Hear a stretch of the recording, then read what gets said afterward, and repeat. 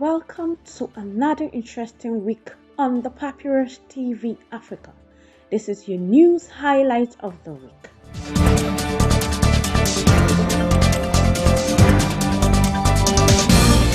Taraba State Governor Dr. Agbo Kefas has appointed Honorable Emmanuel Bello as his special advisor on media and digital communications.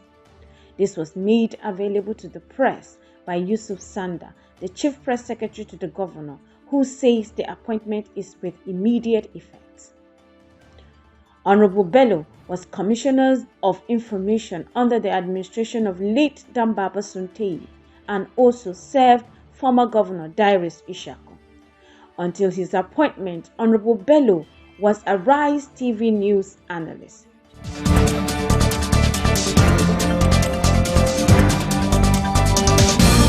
In a similar manner, the Taraba State Governor, Dr. Agbo Kefas, has set up a 13-man committee to recover assets of Taraba State.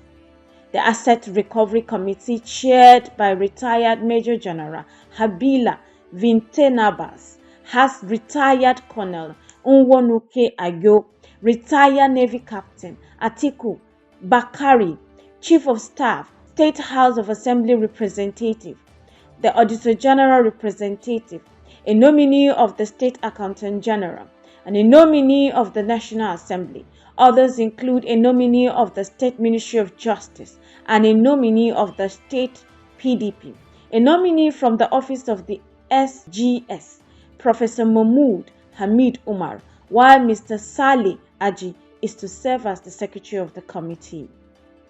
A statement by the Secretary to the State Government, Gibbon Katab, says the committee has been charged with the authority to locate Taraba State Government movable and immovable assets in Kaduna, including liaison office in Lagos and that of the Abuja Federal Capital Territory. The committee is, however, expected to report back to the state government within 4 weeks of its formation.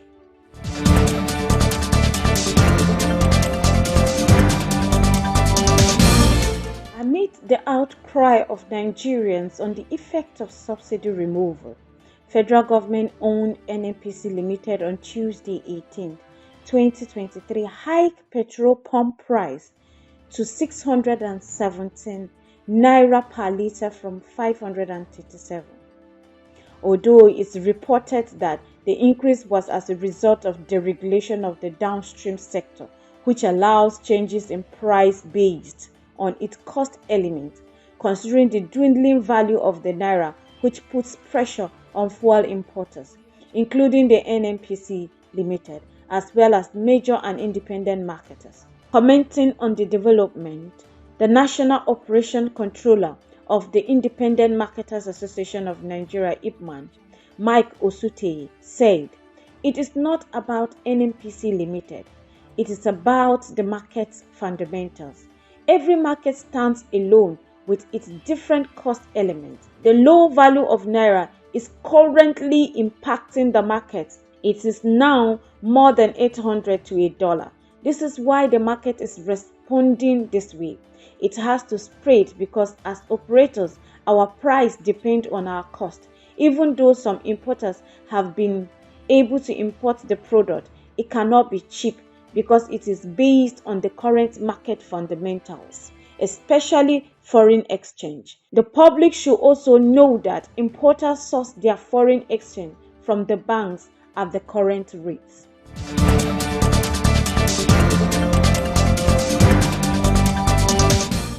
In a new development, the House of Representatives has, after a resolution following the adoption of a motion by Honorable Kalajaye Paul, APC Lagos, at a plenary in Abuja on Tuesday, called on the Ministry of Aviation to ensure that passengers' blood pressure and sugar level are checked before boarding at the airport.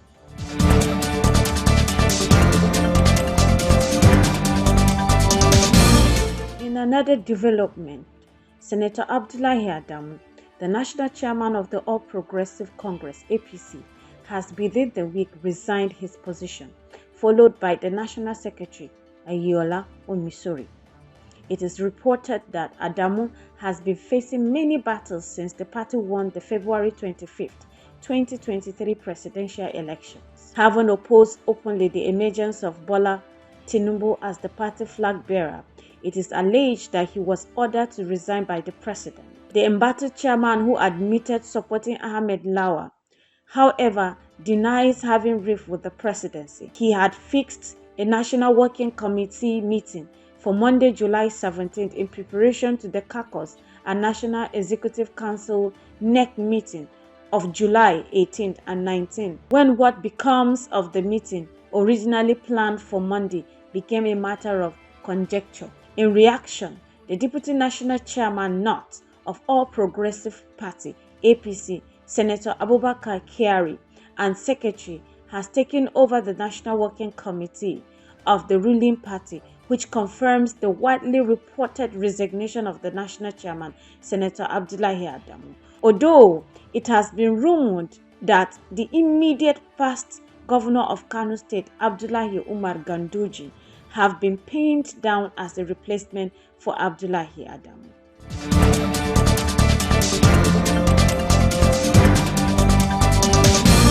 Also, President Bola Tinubu has bowed to pressure to review its earlier plan to distribute monthly cash grants of 8,000 to 12 million households for 6 months after severe criticism.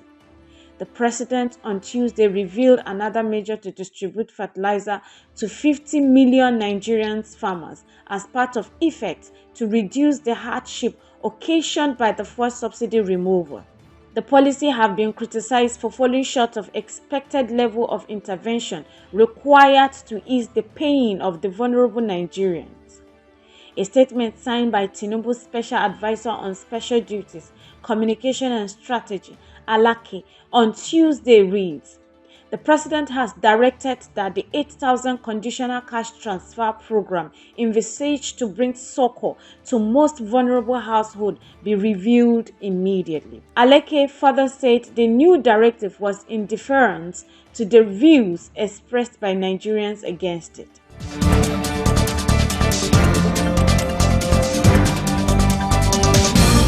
Nigerian Labour Congress (NLC) and Trade Union Congress (TUC) have demanded 200,000 against the current 30,000 minimum wage, which they describe as too meager to mitigate effects of fuel subsidy removal.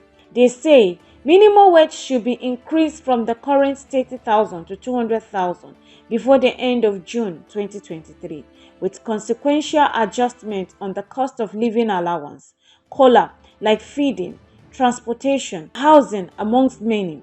A representative of state governors will be party to this communique, and all governors must commit to implementing the new minimum wage. Tax holiday for employees both in government and private sector that earn less than 200,000 or $500 monthly, whatever is higher.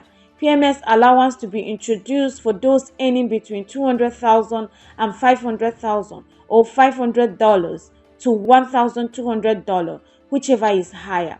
The exchange rate for retailing PMS in the country must be kept within a limit of 2% for the next 10 years. Where the fluctuation is more than 2%, the minimum wage will automatically increase at the same rate. Setting up of intervention fund where government will be paying 10 naira per litre on all local consumed PMS. The primary purpose of this fund is to solve perennial and protracted national issues in education, health, and housing. A governance structure that will include labor, civil society, and government will be put in place to manage the implementation. However, Nigerians believe that the federal government is disposed to paying the 200 minimum wage, as governors have reinstated their inability to pay the current 30,000 minimum wage.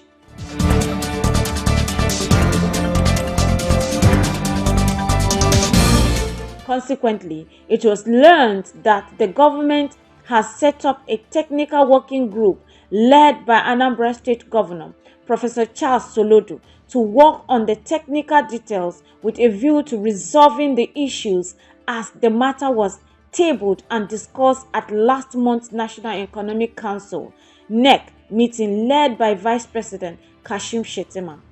It has been reported that the salaries Incomes and Wages Commission assured government could meet up with the responsibility of paying the 200,000 minimum wage per month, citing money that could be saved from subsidy removal and the floating of the value of the naira. The commission reportedly planned that with money to be saved from these policies, more money would be allocated to states to enable them pay the new wage.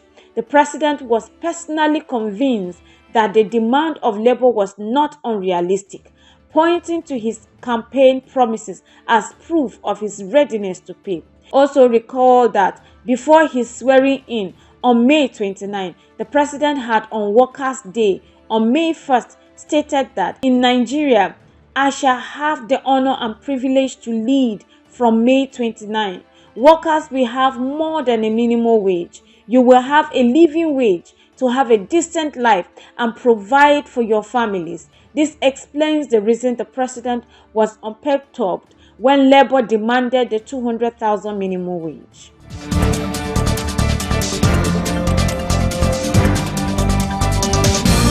On security matters, an international ammunition smuggling syndicate was intercepted by troops of 192 Battalion, Nigerian Army operating in 81 Division area.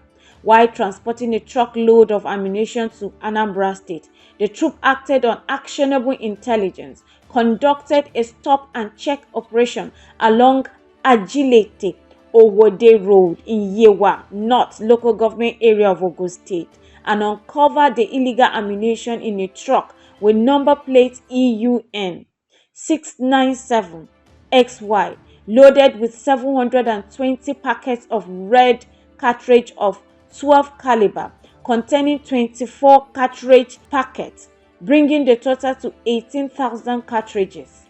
There was also additional 250 packages of live black cartridges containing 10 packs each, totaling 2,500 cartridges of same caliber.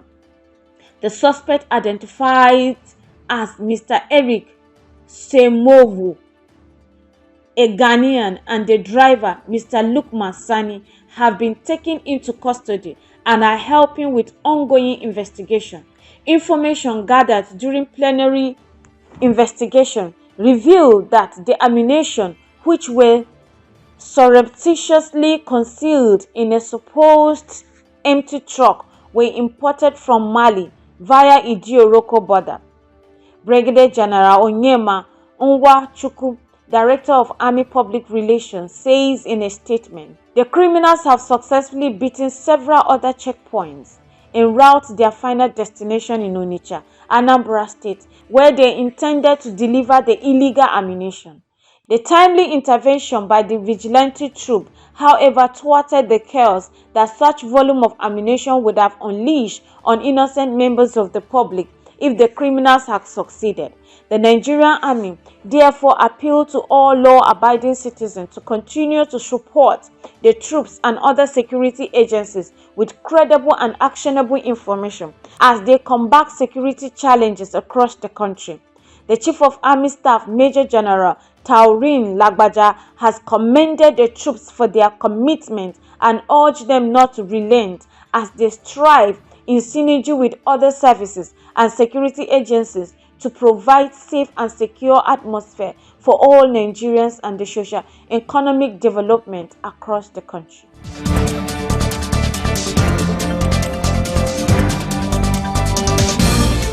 On international scenes, the South African President Cyril Ramaphosa has won ahead of BRICS summit as he wrote in court papers released on Tuesday as the country wrangles over hosting the Russian leader, stating that arresting Putin is declaration of war ahead of BRICS summit. Putin, who has been invited to a BRICS summit in Johannesburg next month, is the target of an international criminal court with an arrest warrant applied for, and apprehending him would be expected to be implemented if he attends. South Africa's diplomatic dilemma is playing out in court, where the leading opposition party, the Democratic Alliance, DA, is trying to force the government's hand and ensure the Kremlin leader is held and handed over to the ICC if he steps his foot in the country. In a responding affidavit, Ramaphosa, in an affidavit, responded as he described the DA's application as irresponsible and said national security was at stake. Russia has made it clear that arresting its sitting president would be a declaration of war, he said.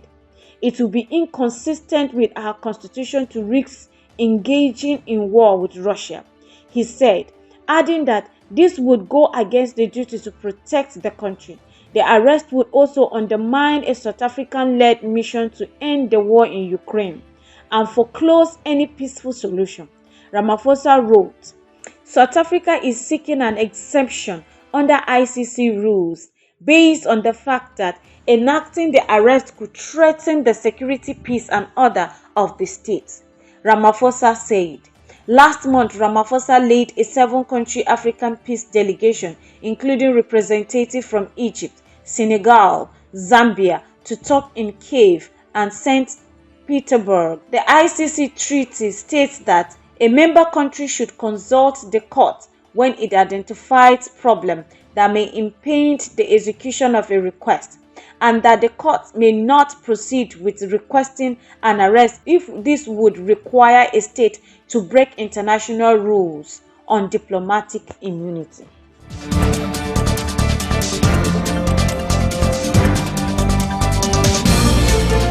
Being the Papyrus TV Africa, thank you for watching. I will see you again next week, the same time.